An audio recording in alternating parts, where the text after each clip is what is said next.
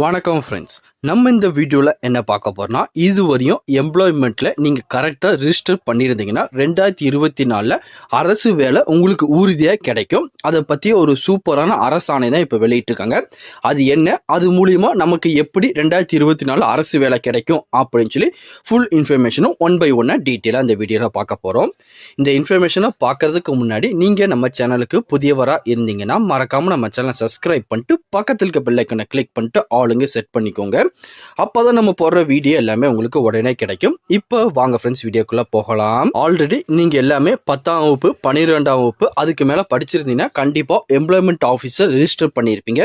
அது கரெக்டாக நீங்க ரினியூல் பண்ணி வந்துகிட்டே இருந்தீங்கன்னா இப்போ தமிழக அரசு வெளியிடுற வேலைவாய்ப்புல அந்த எம்ப்ளாய்மெண்ட் ஆஃபீஸ் மூலியமா சீனியாரிட்டி லிஸ்ட்டோட உங்களுக்கு கொடுப்பாங்க.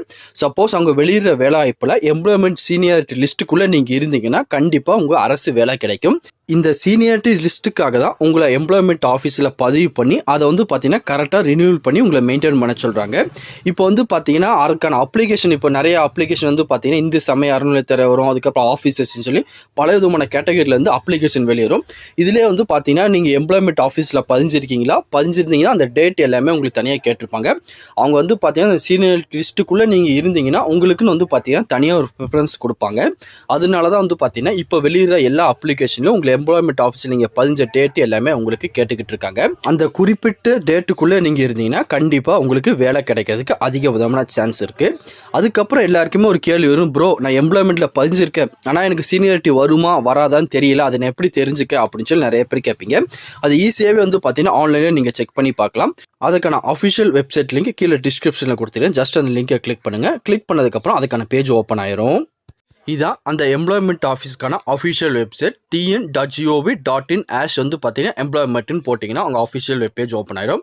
இல்லை கீழே வந்து பார்த்தீங்கன்னா employment office live registration for the period end 29/2/2024 வரையும் எம்ப்ளாய்மெண்ட் ஆஃபீஸில் எத்தனை பேர் ரிஜிஸ்டர் பண்ணியிருக்காங்க அப்படின்னு சொல்லி டீட்டெயிலாக PDF கொடுத்துருப்பாங்க.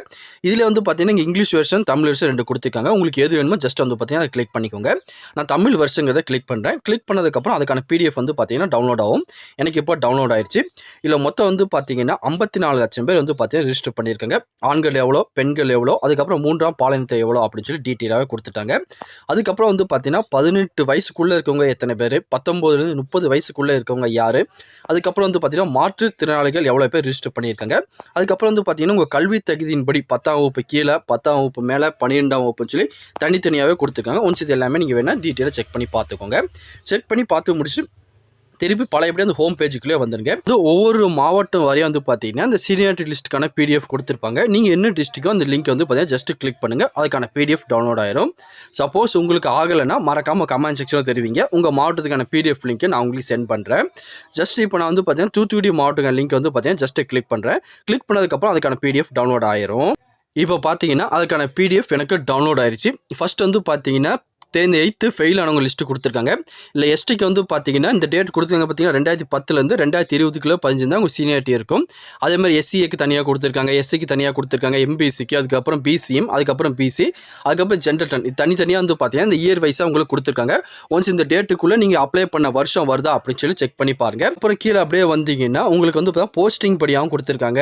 ஸ்டெனோகிராஃபரு, டைப்பிஸ்ட்டு, டிரைவரு, பஸ் கண்டக்டரு, அதுக்கப்புறம் லேப் டெக்னீஷியன், அதுக்கப்புறம் டார்க் ரூம் அசிஸ்டன்ட் சொல்லி போஸ்டிங் வைஸாக வந்து பார்த்தீங்கன்னா இதுக்கான டேட் எல்லாமே கொடுத்துருக்காங்க. ஒன்ஸ் இதை நீங்கள் செக் பண்ணி பார்த்துக்கோங்க. இந்த சீனியாரிட்டி டேட்டுக்குள்ளே நீங்கள் இருந்தீங்கன்னா இப்போது தமிழக அரசு வெளியிடுற அரசு வேலை வாய்ப்பில் உங்களுக்கு வந்து பார்த்தீங்கன்னா தனியாக ஒரு இட ஒதுக்கீடு கிடைக்கும். இது மூலிமா வந்து பார்த்தீங்கன்னா 2024 உங்களுக்கு அரசு வேலை கிடைக்கிறதுக்கு அதிக விதமான சான்ஸ் இருக்குது. வேறு எதுவும் இதை பற்றி உங்களுக்கு டவுட் இருந்தாலும் கீழே கமெண்ட் செக்ஷனில் தெரிவிங்க. கண்டிப்பாக உங்களுக்கு நான் கிளியர் பண்ணி தரேன். இந்த பதிவு கண்டிப்பாக உங்களுக்கு பயனுள்ளதாக இருக்கும்னு நினைக்கிறேன். தெரியாத உங்கள் ஃப்ரெண்ட்ஸ்க்கு இந்த வீடியோ ஷேர் பண்ணுங்கள், பிடிச்சிருந்தா லைக் பண்ணுங்கள். அடுத்த ஒரு வீடியோ சந்திக்கலாம். Thank you and bye bye.